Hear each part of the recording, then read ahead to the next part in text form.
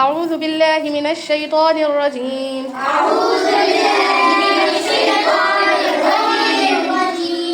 سورۃ العادیات مکیہ بسم اللہ الرحمن الرحیم والعادیات ضبحا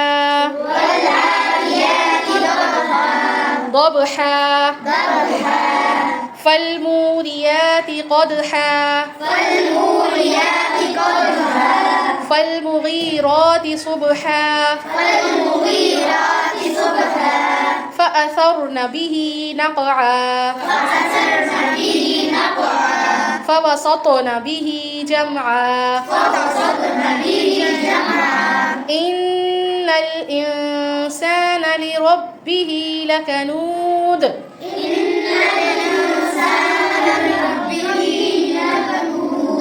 وإنه على ذلك لشهيد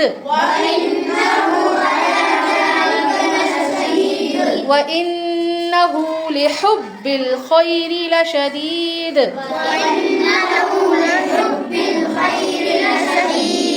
أفلا يعلم إذا بعثر ما في القبور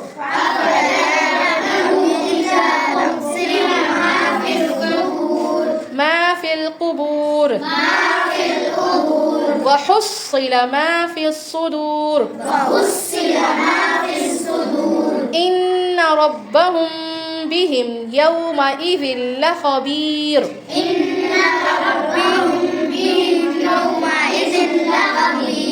پیارے بچوں، اب ہم جائزہ لیتے ہیں سورۃ العادیات میں کون کون سے قواعد آئے ہیں. ٹھیک ہے، تو سب سے پہلے دیکھیں سورۃ العادیات کی جو شروعات ہے، پہلی آیت والعادیات ضبحا، اس میں کھڑی حرکات آ رہی ہیں. ٹھیک ہے، اور کیا ہے حروف قلقلہ میں سے، تو یہاں پہ قلقلہ کریں گے والعادیات ضبحا فالموریات قدحا، اس میں بھی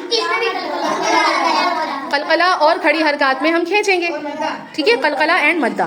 ٹھیک ہے، قلقلہ مطلب جو وہ 4-5 حروف قاف طا با جیم دال جب یہ ساکن ہوں اور ان سے پہلے کوئی بھی لفظ آئے حرکت والا متحرک تو ان کے ساتھ جڑیں گے اور قلقلہ ہوگا، یعنی ڈبل آواز نکلے گی. اق اط اط اب اج اد، اس طرح اس کے قواعد ہوتے ہیں. تو یہاں پہ بھی آ رہا ہے قد قلقلہ ہو رہا ہے. ٹھیک ہے، اور پھر آگے چلتے ہیں فالمغیرات صبحا، فالمغیرات پہ بھی مدہ اور قلقلہ صبحا فأثرن به نقعا، یہاں پہ بھی مدہ اینڈ نق پہ قاف حرف قلقلہ ہے. فوسطنا، طا پہ بھی، یہاں پہ بھی طا حروف قلقلہ میں سے ہے تو یہاں پہ بھی ہم قلقلہ کریں گے. بھی پہ کھڑی حرکت تو کھینچیں گے. جمعا، میم ایگزیکٹلی، ہم میم ساکن کے 3 قاعدے ہوتے ہیں. کتنے ہوتے ہیں؟ کون کون سے؟ اظہار میمی مطلب یہ ہے کہ جہاں پہ میم ساکن کے بعد اگلے لفظ میں نہ میم آئے نہ با آئے، تو ایسے میم کو ہم غنہ کے بغیر پڑھیں گے، اس کو کہتے ہیں اظہار. جمعا، ان الانسان پہ کون سا قاعدہ ہو رہا ہے؟ ہاں، نون مشدد پر غنہ ہوتا ہے اور نون اس کے بعد انسان پہ نون ساکن کے بعد آگے حروف اخفا میں سے سین آ رہا ہے تو یہاں پہ اخفا کریں گے. ان الانسان، اس طرح یہ پڑھیں گے. لربہ، را کو یہاں پر پڑھیں گے. ٹھیک ہے، اور لکنود پھر قلقلہ کا قاعدہ آ رہا ہے. وَإِنَّهُ عَلَى ذَلِكَ لشہید، دال پہ کیا ہو رہا ہے طیبہ؟ دال پہ قلقلہ ہو رہا ہے. وَإِنَّهُ لِحُبِّ الْخَيْرِ لَشَدِيدٌ، یہاں اور دال پر قلقلہ ہو رہا ہے. جی بالکل.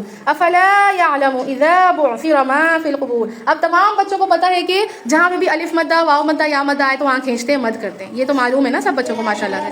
تو بس یہاں پہ جہاں پہ بھی حروف مدہ آ رہے ہیں وہاں پہ ہم افلا، ٹھیک ہے، یہاں پہ الف مدہ اور افلا يعلم اذا بعثر ما في القبور اور وحصل ما في الصدور، یہاں پہ بھی دیکھیں فی الصدور واو مدہ ہو رہا ہے تو ہم کھینچیں گے. اور ان ربہم، آخری آیات ان پہ کیا ہو رہا ہے؟ نون مشدد پہ غنہ. ربہم پہ کون سا قاعدہ ہو رہا ہے بچوں؟ ربہم، را پہ پر پڑھیں گے را کو. ٹھیک ہے، اور کیا ہے اخفا. بالکل صحیح. ربہم. اب اس پہ آپ غور کیجیے گا, پہلی والی میم کے بعد آگے دوسری میم آ رہی ہے. میم ساکن کے بعد با آ رہا ہے, دوسری میم نہیں. کیا ہے میم ساکن کے بعد کیا آ رہا ہے با. تو یہاں پہ اخفا کریں گے ربہم اس طرح.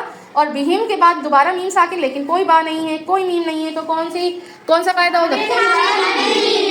یس. اگر میم ساکن کے بعد نہ میم ہو, اگلے لفظ میں نہ میم ہو نہ با ہو, تو اظہار میم ہی ہوتا ہے. امید ہے پیارے بچوں یہ تمام قواعد آپ ملحوظ خاطر رکھتے ہوئے اس سورہ کی تلاوت کریں گے.